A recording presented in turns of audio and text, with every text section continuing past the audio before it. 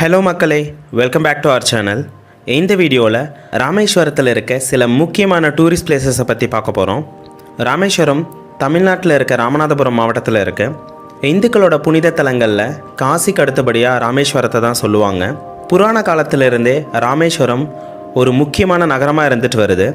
ராமாயணத்தோட இந்த நகரத்துக்கு பெரிய தொடர்புமே இருக்குது. ராமேஸ்வரத்தில் கோயிலை தவிர சுற்றி பார்க்குறதுக்கு நிறைய இடங்கள் இருக்குது. நம்மளில் நிறைய பேருக்கு தெரியாத சில இடங்கள் இந்த வீடியோவில் கவர் பண்ணியிருக்கோம். ராமேஸ்வரத்தில் இருக்க ஹோட்டல்ஸ் அண்ட் ஸ்டே டீட்டெயில்ஸுமே கொடுத்துருக்கோம். அதனால் வீடியோவை ஸ்கிப் பண்ணாமல் ஃபுல்லாக பாருங்கள். தமிழ்நாட்டில் இருக்க எந்த டிஸ்ட்ரிக்ட்லேருந்தும் நம்ம ராமேஸ்வரத்தை ஈஸியாக பஸ்ஸில் ரீச் பண்ணலாம். நம்ம ட்ரெயினில் வரணும் அப்படின்னா இப்போதைக்கு நம்மளால் மண்டபம் ஸ்டேஷன் வரைக்கும் தான் வர முடியும். அங்கேருந்து பஸ் ஆர் ரெண்டல் வெஹிக்கிளில் ஈஸியாக நம்ம ராமேஸ்வரத்தை ரீச் ஆகிடலாம். பாம்பன் பாலம். இந்த பாலம் தான் பாம்பன் தீவை இந்தியாவோட மற்ற பகுதிகளோட இணைக்குது. இந்த பாலத்தை கட்டி சுமார் 100 வருஷத்துக்கு மேலே ஆகுது. இந்தியாவோட முதல் கடல் பாலமும் பாம்பன் பாலம் தான். இந்த பாலத்தோட ஸ்பெஷல் என்ன அப்படின்னா, பெரிய பெரிய கப்பல்கள் வரும்போது இதில் இருக்க கத்திரி தூக்கு பாலம் திறந்து வழிவிடும்.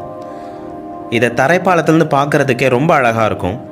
ராமேஸ்வரம் போகிறவங்க எல்லாருமே கண்டிப்பாக இந்த இடத்துல நின்று ஃபோட்டோஸ் வீடியோஸ்லாம் எடுத்துகிட்டு போவாங்க. இப்போதைக்கு பாம்பன் ரயில் பாலம் செயல்பாட்டில் இல்லை. ஏன்னா இன்னும் கொஞ்ச நாளில் புது பாலத்தையே திறக்க போகிறாங்க.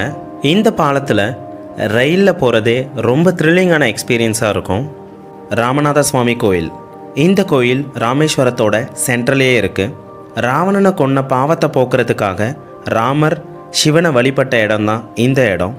அதனால தான் இந்த இடத்த ராமேஸ்வரனும் இங்கே இருக்க சிவனை ராமநாத சுவாமின்னு சொல்கிறாங்க. இங்கே இருக்கிற புனித தீர்த்தத்தில் குளிச்சுட்டு சாமியை பார்த்தோம் அப்படின்னா நம்ம செஞ்ச பாவம்லாம் போகுங்கிறது நம்பிக்கை. முதல்ல அக்னி தீர்த்தம், இங்கே தான் நம்ம முதல்ல குளிக்கணும். அதுக்கப்புறம் கோயிலுக்குள்ளே இருக்க 22 தீர்த்தத்துலேயும் குளிச்சுட்டு சாமியை பார்க்கணும். நம்ம சீக்கிரமாக இந்த தீர்த்தத்திலலாம் குளிக்கணும் அப்படின்னா கோயிலுக்கு வெளியிலவே ஏஜென்ட்ஸ் இருப்பாங்க. அவங்க மூலயமா போனோம் அப்படின்னா சீக்கிரம் குளிச்சிடலாம். இந்த கோயிலில் ஃபேமஸ் என்னென்னா, அம்பாள் சன்னதிக்கு வெளியே இருக்க இந்த பிரகாரம். இதுதான் உலகத்திலேயே மிக நீளமான பிரகாரம். இதில் மொத்தம் 1212 தூண்கள் இருக்குது. இதோட நீளம் 690 அடி. முக்கியமான விஷயம் என்னென்னா, கோயிலுக்குள்ளே மொபைல்ஸ் நாட் அலவுட். காலையில் ரொம்ப நேரமாகவே போய் சாமியை பார்த்துட்டு வர மாதிரி பிளான் பண்ணிக்கோங்க. அடுத்ததாக சிவா போட்டிங். அக்னி தீர்த்தத்துக்கு பக்கத்துலேயே இந்த இடம் இருக்குது. இங்கே நம்மளை அரை மணி நேரம் கடலுக்குள்ளே போட்டிங் கூட்டு போவாங்க. ஒரு ஆளுக்கு 100 ரூபாய் சார்ஜ் பண்ணுறாங்க.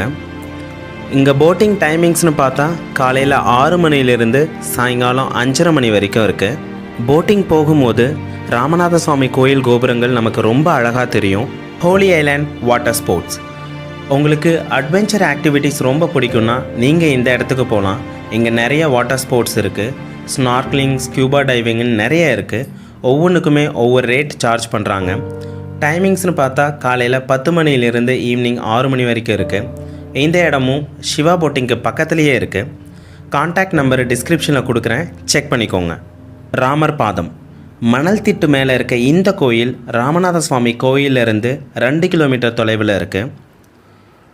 இங்கே இருந்து தான் ராமர் பாலத்தை ராமர் பார்வையிட்டதாக நம்பப்படுது. இந்த கோயில் மேலேருந்து நமக்கு ஒரு நல்ல அழகான வியூ கிடைக்கும். குருசடை தீவு. இந்த தீவை பற்றி நம்மள நிறைய பேருக்கு தெரியாது.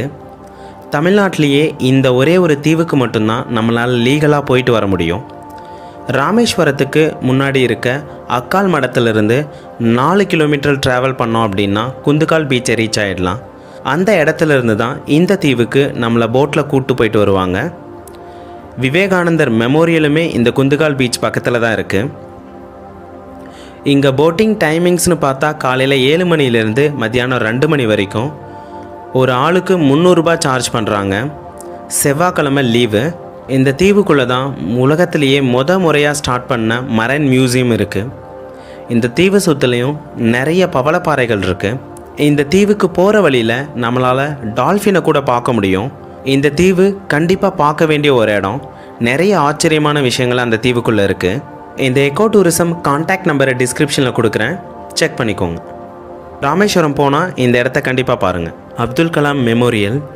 ராமேஸ்வரம் பஸ் ஸ்டாண்டுக்கு முன்னாடியே இந்த இடம் இருக்குது. இங்கே டைமிங்ஸ்னு பார்த்தா காலையில் 8 மணிலேருந்து ஈவினிங் 5 மணி வரைக்கும். என்ட்ரி ஃபீ எதுவுமே கலெக்ட் பண்ணுறதில்ல. அதே மாதிரி மொபைல்ஸுக்கெலாம் உள்ள அலௌடு இல்லை.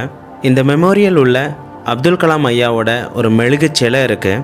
அவரோட வீடுமே கோயிலுக்கு பக்கத்தில் இருக்குது. அங்கே ஒரு மியூசியம் ரன் பண்ணிட்டு வராங்க. அந்த மியூசியத்தில் அவர் யூஸ் பண்ண பொருட்கள், ட்ரெஸ்ஸஸ், அவர் வாங்கின மெடல்ஸ், அவர் எழுதின புத்தகங்கள்லாம் நிறைய இருக்குது. முடிஞ்சால் பார்த்துட்டு வாங்க. தனுஷ்கோடி 1960களில் பெரிய வணிக நகரமாக இருந்த தனுஷ்கோடி ஒரு புயலால் அழிஞ்சு போச்சு. அந்த புயலால் அந்த ஊரில் வாழ்ந்துட்டு இருந்த சுமார் 1800 பேர் இறந்து போனாங்க. இப்போ நம்ம அங்கே போனாலுமே அந்த புயலோட தாக்கத்தை உணர முடியும். சிதிலமடைஞ்ச கட்டடங்கள் நம்மளால் பார்க்க முடியும். அப்போ இருந்த அரசாங்கம் தனுஷ்கோடியை வாழ தகுதியற்ற நகரம்னு அறிவிப்பு கொடுத்தாங்க. தனுஷ்கோடியில் சில ஆச்சரியமான விஷயங்கள் இருக்குது. அதில் ஒன்று தான் இந்த உரைக்கிணறு. ஒரு பாட்டி தண்ணி எடுத்துகிட்டு இருந்தாங்க. எதுக்கு எடுக்கிறீங்கன்னு கேட்டோம். அவங்க சொன்னாங்க குடிக்கிறதுக்காக தண்ணி எடுக்கிறேன்னு. தனுஷ்கோடியை சுற்றிலுமே கடல் தான் இருக்குது. ஆனாலும் எப்படி இந்த உரைக்கிணறுகளில் நல்ல தண்ணி கிடைக்குது? உங்களுக்கு தெரிஞ்சால் நீங்கள் கமெண்ட்ஸில் சொல்லுங்கள். இங்கே இருக்க மக்கள் குடிக்கிறதுக்காக இந்த உரைக்கிணறுகள்லேருந்து எடுக்கிற தண்ணியை தான் யூஸ் பண்ணுறாங்க. தனுஷ்கோடி ரயில்வே ஸ்டேஷன் பக்கத்தில் ஒரு சின்ன கோவில் இருக்குது. அங்கே தான் இந்த மிதக்கும் பாறை இருக்குது. இந்த பாறை தண்ணியில் மிதக்குது. நம்ம என்ன தான் அழுத்தினாலும் அது மேலே வந்துட்டே தான் இருக்குது. இந்த பாறையை வச்சு தான் ராமர் பாலம் போட்டதாக நம்பப்படுது. தனுஷ்கோடியில் நிறைய சின்ன சின்ன ஹோட்டல்ஸ் இருக்குது. இங்கே மீன் சாப்பாடு, மீன் வறுவல் தான் ஃபேமஸ்ஸு. ஃப்ரெஷ்ஷான மீனை யூஸ் பண்ணுறதுனால டேஸ்ட்டு ரொம்ப நல்லாயிருக்கும். கண்டிப்பாக ட்ரை பண்ணுங்கள். இப்போ டூரிஸ்ட் நிறைய தனுஷ்கோடிக்கு வந்துட்டு போகிறதுனால அந்த இடம் கொஞ்சம் கொஞ்சமாக மீண்டு வந்துட்டுருக்கு. அரிச்சல் முனை தனுஷ்கோடியிலிருந்து சுமார் 5 கிலோமீட்டர் டிஸ்டன்ஸில் இருக்குது. நம்ம போயிட்டுருக்கும் போது ரோடோட 2 சைட்லேயும் நம்மளால் கடலை பார்க்க முடியுது. இதில் ஒரு கடல் வங்காள விரிகுடா, இன்னொன்று இந்திய பெருங்கடல். நீங்கள் பார்க்கும்போதே தெரியும், ஒரு கடல் ஆக்ரோஷமாகவும் இன்னொரு கடல் அமைதியாகவும் இருக்குது. இந்த 2 கடலும் ஒன்றா சேர்கிற இடம்தான் அரிச்சல் முனை. அரிச்சல் முனை தான் இந்தியாவோட தென்கிழக்கு பகுதியோட கடைசி முனை. இங்கே சன்ரைஸ் பார்க்குறதுக்கே நிறைய பேர் வந்துட்டு போகிறாங்க. குறிப்பாக ராமர் பாலத்தை பார்க்குறதுக்காக நிறைய பேர் இங்கே வந்துட்டு போகிறாங்க. இங்கேருந்து இலங்கையோட தலைமன்னாருக்கு வெறும் 16 நாட்டிக்கல் மைல் தூரம் தாங்க. நம்ம இங்கே வந்த உடனே வெல்கம் டு ஸ்ரீலங்கா நெட்வொர்க்குங்கிற மாதிரி நமக்கு ஒரு மெசேஜுமே வந்துச்சு. ஏன்னா நம்ம அந்த அளவுக்கு இலங்கைக்கு பக்கத்தில் இருக்கோம். இந்தியாவுக்கும் இலங்கைக்குமான லேண்ட் பார்டருமே இங்கே தாங்க இருக்குது. அந்த லேண்ட் பார்டரோட நீளம்னு பார்த்தா வெறும் 45 மீட்டர் தான். உலகிலேயே குறைந்த நீளமுள்ள லேண்ட் பார்டர்ஸில் இதுவுமே ஒன்று. கோதண்டராமர் கோயில். இந்த கோயில் நம்ம தனுஷ்கோடி போகிற வழியில் இருக்குது. இந்த கோயில் கடலுக்குள்ளே இருக்குது. இந்த கோயில் இருக்க இடம் ரொம்ப அழகாக இருக்கும். காலையில் 7 மணிலேருந்து சாயங்காலம் 5 மணி வரைக்கும் இந்த கோயில் திறந்திருக்கும். ராமர் ராவணனை கொன்னதுக்கு அப்புறம் ராவணனோட தம்பி விபீஷ்ணனுக்கு இலங்கை மன்னராக முடிசூட்டின இடம் இந்த இடம் தான். அரியமான் பீச், இதை குஷி பீச்னு சொல்லுவாங்க. இந்த இடம் பாம்பன் பாலத்துலேருந்து சுமார் 20 கிலோமீட்டர் முன்னாடியே இருக்குது. இந்த பீச்சுக்கு பக்கத்தில் குஷி பீச் ரெசார்ட் ஒன்று இருக்குது. அங்கே ஸ்டே பண்ணுறதுனாலும் பண்ணலாம். இந்த பீச்சில் நிறைய சவுக்கு மரங்கள் இருக்கும். அங்கே ஃபோட்டோ ஷூட் பண்ணால் ரொம்ப நல்லாயிருக்கும். இங்கே என்ட்ரி டிக்கெட்டாக 5 ரூபா வாங்குகிறாங்க. டைமிங்ஸ் காலையில் 10 மணிலேருந்து ஈவினிங் 6 மணி வரைக்கும் இருக்குது. Gulf of Mannar marine national park. இந்த இடம் பிச்சை மூப்பன் வலசைங்கிற கிராமத்தில் இருக்குது. ஏர்வாடி தர்காவுக்கு ரொம்ப பக்கத்துலேயே இருக்குது. ராமநாதபுரத்துலேருந்து சுமார் 40 கிலோமீட்டர் டிஸ்டன்ஸில் இந்த இடம் இருக்குது. ராமேஸ்வரத்துலேருந்து பார்த்தோம்னா 80 கிலோமீட்டர் தூரம் வரும். நம்ம ராமேஸ்வரம் பார்த்துட்டு கன்னியாகுமரி போகிறோம் அப்படின்னா அந்த போகிற வழியில் தான் இந்த இடம் இருக்குது. தாராளமாக கவர் பண்ணலாம். இங்கே நம்மளை கடலுக்குள்ளே இருக்க ஒரு மணல் திட்டுக்கு போட்டிங்கில் கூப்பிட்டு போவாங்க. அந்த மணல் திட்டல் சுற்றிலுமே பவளப்பாறைகள் நிறைய இருக்கும். அதை நம்ம போகிற போட்டில் இருக்க கண்ணாடி வழியாக ஈஸியாக பார்க்கலாம். ரொம்ப அற்புதமாக இருக்கும். நிறைய விஷயங்களை நம்ம தெரிஞ்சுக்கலாம் இந்த போட்டிங்கில். இங்கே போட்டிங்க்கு ஒரு ஆளுக்கு 200 ரூபா சார்ஜ் பண்ணுறாங்க. டைமிங்ஸ் காலையில் 9 மணிலேருந்து ஈவினிங் 4 மணி வரைக்கும். எல்லா செவ்வாய்க்கிழமையும் லீவ் விட்டுருவாங்க. இந்த எக்கோ டூரிசம் கான்டாக்ட் நம்பரை டிஸ்கிரிப்ஷனில் கொடுக்குறேன், செக் பண்ணிக்கோங்க. ராமேஸ்வரத்தில் எங்கே சாப்பிட்லான்னு கேட்குறவங்களுக்கு சில ஹோட்டல்ஸை சஜஸ்ட் பண்ணுறோம். கோஸ்வாமி மடம். இந்த இடம் ராமநாத சுவாமி கோயில் போகிறதுக்கு முன்னாடியே இருக்குது. இந்த கோஸ்வாமி மடத்துக்குள்ளே ஹோட்டல் ஆரியாஸ்னு ஒன்று இருக்குது. அங்கே நாங்கள் சாப்பிட்டோம். ஃபுட்டு ரொம்ப ரீசனபிள் ப்ரைஸில் ரொம்பவே நல்லா இருந்துச்சு.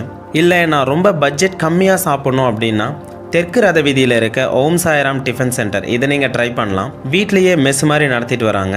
இங்கேயுமே டிஃபன்லாம் ரொம்பவே நல்லா இருந்துச்சு. ராமேஸ்வரத்தில் எங்கே ஸ்டே பண்ணலான்னா கோயிலை சுற்றியே நிறைய ஹோட்டல்ஸ் இருக்குது. அதில் உங்களோட பட்ஜெட்டுக்கு தகுந்த மாதிரி நீங்கள் ஏதாவது ஒரு ஹோட்டலில் ஸ்டே பண்ணிக்கலாம்.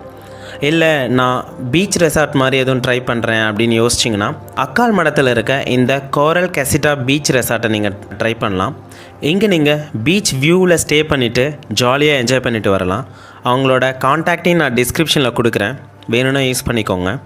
ராமேஸ்வரத்தில் இருக்க முக்கியமான டூரிஸ்ட் பிளேசஸ் எல்லாத்தையும் நாங்கள் கவர் பண்ணியிருக்கோம்னு நம்புகிறோம். இதை தவிர வேறு உங்களுக்கு பிளேசஸ் தெரிஞ்சால் கமெண்ட்ஸில் சொல்லுங்கள். இந்த வீடியோ உங்களுக்கு பிடிச்சிருக்குன்னு நம்புகிறோம். தேங்க்ஸ் ஃபார் வாட்சிங்.